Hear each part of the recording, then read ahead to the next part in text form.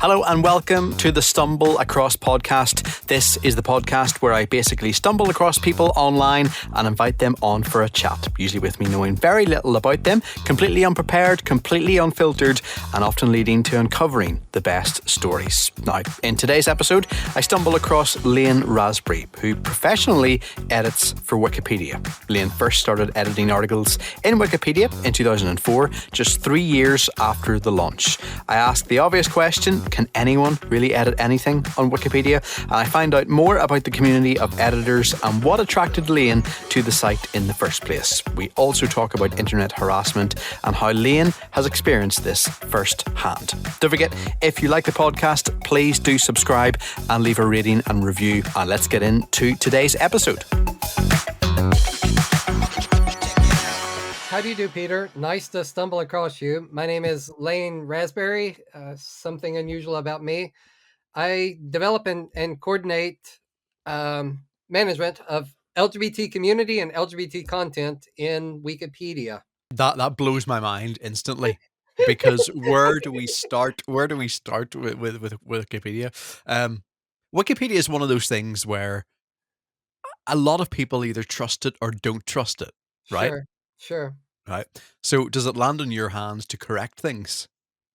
It does, yes. How did you get into that, first of all? I first edited Wikipedia nearly 20 years ago. It was in 2004. I was a student in college, and I went to Wikipedia to vandalize it, as many people do. That's their first encounter with Wikipedia. Yeah. And whatever, I had an experience. Wikipedia's an experience, and I came to like it, and then I started behaving myself. I mean, is it that type of thing nowadays where, I mean, maybe back in the day you could go on and you could edit it, you could literally say anything about anyone. Is that the way it is now? It wasn't that way in 2004. So I Right. always think that Wikipedia had great quality control. I misbehaved in Wikipedia. I was immediately reprimanded. So the same Okay. security procedures that were in place, they're available now. Now there's even heightened security, but it was quite good even from the beginning. Mhm. Misconduct has never been tolerated in Wikipedia. There's always been quality control. Yeah. It's such a force of a site when you think about it, because I mean, anything you put in Google, like Wikipedia is going to be one of those top options there.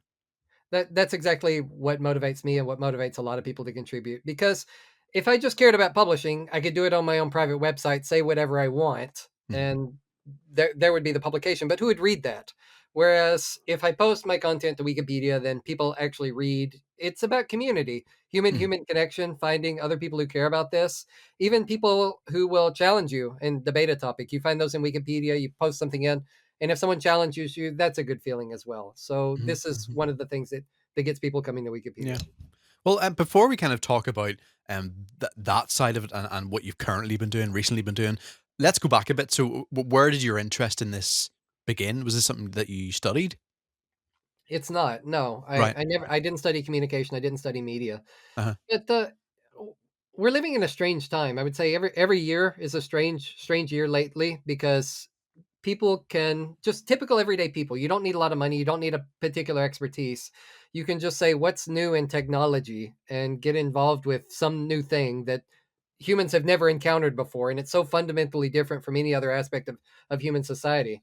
Mhm. And in the early 2000s, there were all kinds of platforms. For whatever reason, Wikipedia attracted me. I found Mhm. myself attracted to Wikipedia, Yeah. and I went that direction. But I had friends who got into YouTube or got into other kinds of social media or 100 other things. There's so many things, and just Wikipedia is something that I stuck with. Did it start in 2004? Is that when it all began? Started in 2001, and Right. I was aware of it. I saw it show Uh-huh. up in different websites, and I read it. So 2004 was when I made my first edit. Like Mhm. Mhm. anyone can edit Wikipedia. You've heard this. That's the gimmick with Wikipedia. But I made my first edit in 2004. When you go to edit things like that, are you are you just simply correcting what people have said, or are you just kind of expanding on what's there? Here's something a bit unusual about me. I'm professionally employed by a university to engage with Wikipedia. That's Mhm. not the norm for Wikipedia editors. I was a volunteer editor for many years before I started doing this professionally. And there's so many different motivations. You can read the literature, like endless papers have been published. Why do people edit Wikipedia? If I just had to summarize that, people do it for fun. If it wasn't fun, people wouldn't be doing it. There's often other reasons tagged on to that, but people find some kind of pleasure in engaging. The founder of not Wikipedia, the founder of the a creator of the software that's called Wiki. So this guy Hmm. named Ward Cunningham. He gave a statement, and this is kind of a philosophy. It's You could say this explains from one perspective why Wikipedia works. He said that if you want an answer to something and you'd like the internet to give you that answer, don't go to a forum and ask a question because maybe people won't reply. Instead, walk into a room and give an incorrect answer, and people will definitely correct you and you'll get the information you want. And I Yeah, would say yeah. that's very much a guiding principle in Wikipedia itself. Because that's one of the things that popped into my head. Like when you mentioned universities, Yeah. it can be often frowned upon. Would you say that? Because finding information out, a lot of people would not direct you to that source. I had people call me crazy for a good 10 years, and it Uh, it it tears on the sanity, but I've heard the same kind of experiences from people who committed to posting to YouTube or committed to developing websites. The world, the last generation, they will tell you you're crazy, and I mm, would say this to any young person adopting a new technology. And also, I'm not giving advice that anyone should adopt new technology because most of them fail. Like I've seen so many of my friends get into some platform. I happen to keep going with Wikipedia, but most of these technologies they do in fact fail. mhm, But mhm. all the time I was doing this, the previous generation was saying, "Why are you wasting your time with Wikipedia? Yeah, Why not paper? Paper's been around for so many for yeah. thousands of years. Isn't that the stable technology?" And it just happens that Wikipedia's been successful, and I think Wikipedia's been successful for unexpected reasons. Like unexpectedly, it managed to develop a fact checking process that has kept up with the times thus far. That's not to say that new technology couldn't come in 5 years and propaganda or bad actors or state actors, governments couldn't corrupt Wikipedia somehow. There's threats from every direction, Mhm, mhm. but it's been a cool run until now. And it really has stood that test of time when you think about it, like from 2000s to now, early 2000s to now. That's how I feel about it. I feel Yeah. like it's been since 2001 success all the way, but I'm no predictor of the future. And there's artificial intelligence. I'm impressed with some of these new tools that are coming out. Hmm. Yeah. Uh, Yeah. and there's other threats. Like undoubtedly But there's other threats. and I guess things like that, like the AI, the chat GPTs and all. I Yeah. guess they're relying on sites like Wiki anyway to get their information from. Absolutely. So this could be one of the threats to Wikipedia that people still consume Wikipedia, but they don't even know they're consuming Wikipedia Mm, because they're getting it through a corporate virtual assistant, some kind of chatbot, or could be a generation virtual reality avatar. You put on your helmet and you ask some computer being a question, and it mhm, gives you information that originally came from Wikipedia. And that's pretty clever right now, but what about in 5 years? What about in 10 years? There comes a point where all the knowledge in Wikipedia, since it's free and open knowledge, anyone can reuse this. It's nonprofit. It's available for anyone to reuse. mhm, So what about when every AI in the world, just as a fundamental baseline, it knows what's in Wikipedia? Well, people still want to go to Wikipedia when absolutely every product on the market gives the same information as Wikipedia. I don't know. We're talking about this in the wiki community right now. mhm. As for you, how many kind of I don't know, this is a stupid question or not, but how many articles do you think you've contributed to? It could be Hard looked up on question. Wikipedia. I don't know. I've made about I think 70 or 80,000 edits on English Wikipedia. I've uploaded 5 or 10,000 images. I'm not quite Mhm, mhm, sure. mhm. How do you get to that stage for where it's you're a professional editor. You I do don't that for a rec- living. I do it for a living. I don't recommend this as a career path to anyone. Because I spent years of my life as a volunteer. It's been fun for me, but I never expected to get a job out of this. Mhm, I was doing other things, and then incidentally, Wikipedia's been good for me. So mhm, mhm. everything I do and everything I've done for the past 10 years has been Wikipedia related for my career. But careers in social media, they're very hit or miss. I Yeah. don't know how to I can't look at someone and predict you're going to be successful or you're not going to be Mhm, successful. mhm. So I would just if I was going to make a recommendation to anyone, do what brings you pleasure. Don't get stressed out. And if it turns into a bit of a career boost, then good for you, but don't anticipate it. It's like that person now trying to become a YouTuber in 2023. Like, I Yeah, mean, if you're doing that 10 years ago, yeah. I'm not going to say it's easy, but I mean, it was certainly a lot It easier. was a lot easier, sure, for Yeah. sure. Yeah. Yeah, a lot more competition now. Well, there's no competition for professional Wikipedians because no one's hiring them anyway. Yeah. And what do you do alongside? So you work with university as well? Sure, yeah. I've got an appointment at a university. I've been there for about 10 years. Or no, I've been there for about 5 years. Before this, I was at a nonprofit organization. In both cases, it's very similar. So here's the fundamental of the job. I do a lot of other things, but imagine that there's such a thing as a communication industry, right? And the Mhm. communication industry is trying to transmit media. And there's people who have knowledge that for whatever reason they like to get out in the world, but they're not a media enterprise. And so they want to buy a communication product or service to get their knowledge out in the world. Uh, I sometimes get money from or funding sponsorship from public health campaigns, like for example, COVID. Mhm. There was suddenly a need for governments to get information out to improve public health. It's a matter of protecting your citizens. It's also a matter of protecting the economy. The more people that inform themselves with health information, if they actually consume this information and act on it, then they can better protect their health. Mhm. And so, public health information is something that I sometimes share on Wikipedia. It's the medical sector. And I've done this with a nonprofit organization, and I'm doing this with the university. I share other knowledge from the university, but that's the easiest example I can give where someone would say, why would anyone pay anyone to edit Wikipedia? And public health is definitely a case where there's already government investment in getting health messages out in all kinds of communication channels. And Mhm. Wikipedia is a great place to put this kind of information. Yeah. And I mean, it amazes me how fast the changes are done. You know, say someone dies, a Yeah, celebrity dies, sure. instantly you go on there and there's someone already. I mean, they are on the ball. People like reading the news. News media is very popular. There's people who read the news every day, and Mhm. when they read the news, some people share it in platforms like Twitter. Some people will make a YouTube video about it, and then there's some people who are interested to share it as soon as possible in Wikipedia. Is that what it's like then? So it's a kind of like a forum of people getting together, and is it kind of editors talking to each other, or do you just kind of go ahead and do the edit and It can happen both ways. So some people have yeah. a solitary experience in Wikipedia, and if that's what they're looking for, that's fine. Um, I I participate in Wikipedia community conversations. So behind the articles, you can go into the Wikipedia website, and instead of looking at the content, every article has a talk page where people are discussing the subject matter on the in the Wikipedia article. Mhm. And then there's all kinds of community social and ethical issues which arise, and the wiki community is continually discussing these things. Yeah, and the way you're contributing, where you're constantly kind of adding stuff on, it must be a constant job. Also, on the other hand, when there's people on there trying to put the false information on, there's people on there trying to It's it derail.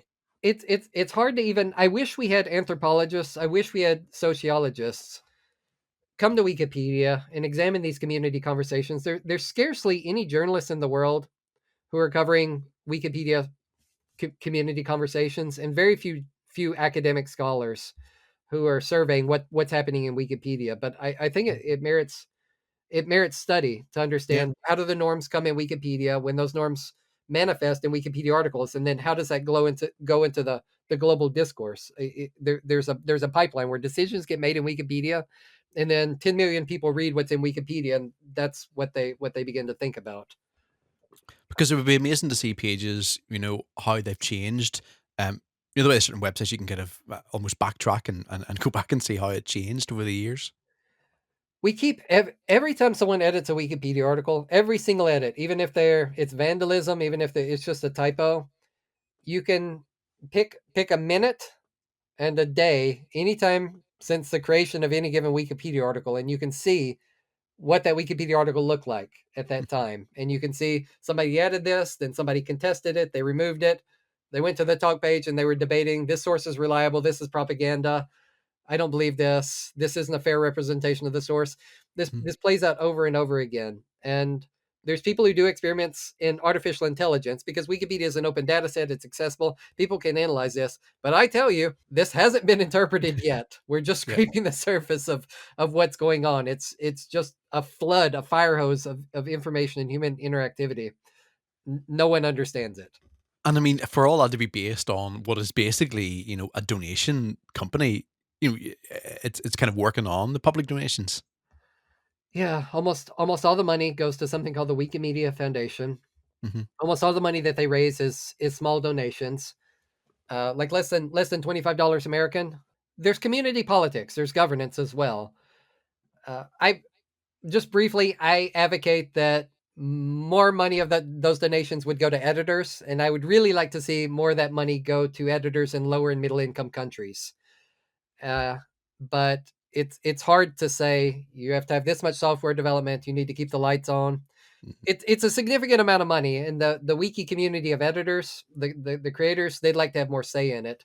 Yeah. And we have quite a bit of political power, but I wish that more power would be transferred from the bureaucracy of the administration into the community of editors.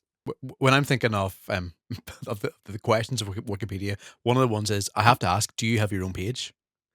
I don't have my own page, You have to so get in there. We have to create one. We'll have to get one out there. I'm not I'm not eager for looking this. I probably qualify. I'm not going to write it about myself. It's just not. I don't want to think about it. Please. Are there people there who write their own pages? I've always wondered that. Are they submitting their own pages? There's got to be. Oh God. So every self-proclaimed entrepreneur and every self-designated philanthropist, Yeah, yeah. they want pages about themselves. Mhm. CEOs hire PR firms Mm, to make pages about them. It's on the order of hundreds of thousands yeah. of problem cases where people are doing this, trying to manipulate Wikipedia to promote themselves, a product or a company. And this attention's it's unfortunate and it's a misunderstanding. I especially regret it when there's university affiliated people or people associated with a good nonprofit organization, a good non-governmental organization that have knowledge to share.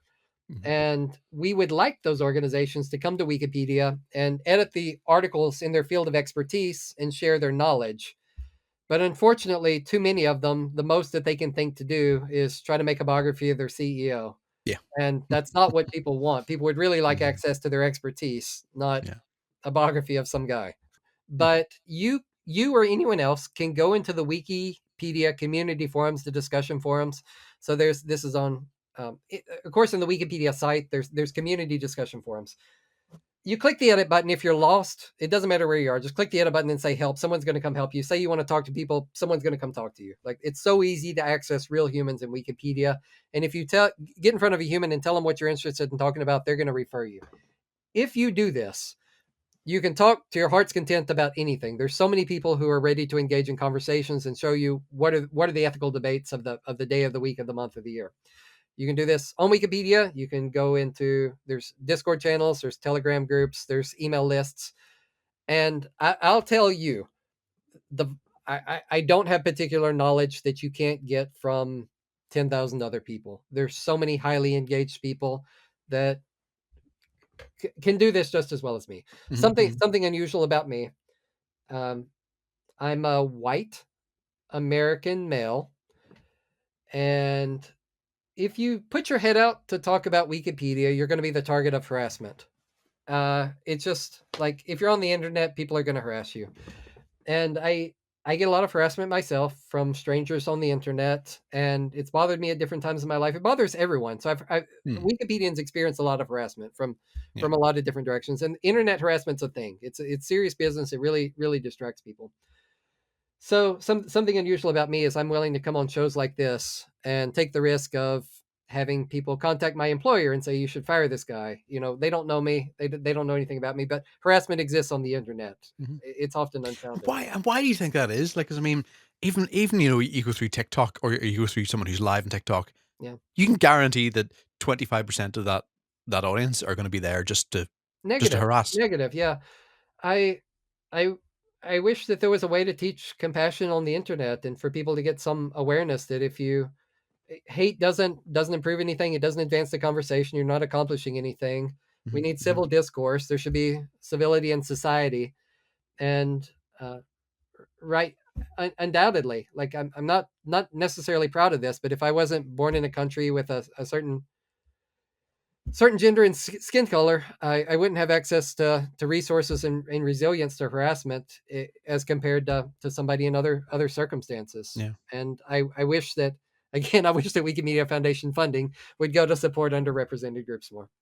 Because awareness is the word to round that up. Like it really is. People behind the keyboards. It is awareness. Yeah, yeah. It's just not productive, and we need better solutions, not just for Wikipedia. I wish that there could be some kind of safety net that would support content creators in general, because the same kind of harassment that exists in Wikipedia, it exists in every other kind of platform. And I'm not sure how we're going to get there or where this is going to come from, but the same kind of peer-to-peer support and institutional support and motivation and self-protection, peer-to-peer protection, I think it can support content creators in general. Yeah, yeah. Because I mean, anyone who's kind of putting themselves out there, whether it be podcasts, whether it be YouTube videos, TikTok, do you find it easy to push to the side? No, I don't. At Yeah. different times in my life, I have. Uh, Sometimes harassment has been more serious. I've gone to counseling, mental health counseling, and my experience with a counselor is that I would tell them the kind of harassment that I'm getting and say, I don't know what to do about this. And they say, well, I don't know what to tell you. Why don't you just tell me how it makes you feel? Tell me the story again. What happened exactly? And I tell these harassment stories over and over again until it doesn't bother me. Hmm. So Hmm. there's been periods. Okay, I go to counseling for a year and I just talk about the harassment over and over, and I'm fine for a while. Take some time off, and right now I'm actively seeing a counselor. I see them every week, and this is how my counseling sessions go. I say, this is what I'm dealing with. They listen to me, we talk it over, and then I go out. And I do this instead of trying to dump these stories on my friends and my colleagues. Hmm. Like, they're aware that harassment happens to content creators on the internet, but I a counselor is trained that I can give them this garbage and then it runs off them. Yeah. Push it to the side. That's Yeah. what they're Yeah. trained to do. So I can Hmm. tell this kind of stuff. And I feel like if I tell it to another person, then they handle it for me and I don't have to think about it so much. So Yeah. that's how I push it to the side. Well, I mean, thanks so much for discussing. I mean, you've definitely opened my eyes. Anyway, I'm sure all the listeners will be exactly the same. Where it is that website you just go to, you click on it, and you don't really think much about it. But It yeah, no, actually comes from thanks. people. Like, people post Yeah, that content there. yeah. That's exactly, yeah. There is a person behind all of that. Yeah, yeah. No, Yes. that's so true. Uh, Well, thanks so much for coming on the podcast. so nice to meet you, Peter. What a great story that was told by Lane there. And it just highlights everything, really, doesn't it? That we all will probably come across some point on the internet. Don't forget, if you did like that episode, please do hit that subscribe button. And if you can, leave a rating and review as well. Until next time.